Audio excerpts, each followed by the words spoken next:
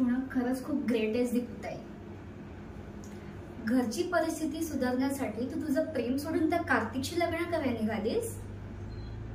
आपल्या कुटुंबासाठी तू तुझ्या प्रेमाचा त्याग करायला निघालीस. अगं ताई, आयुष्यात ना प्रेमापेक्षा मोठं काहीच नसतं ग.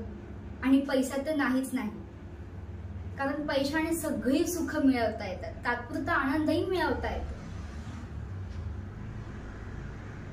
पण समाधान ते कसं मिळवशील? नाती कशी मिळवशील?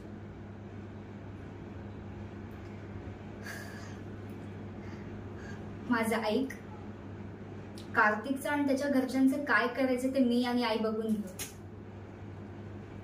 तू जा, तुझं प्रेम परत मिळव. माझी शपथ आहे तुला.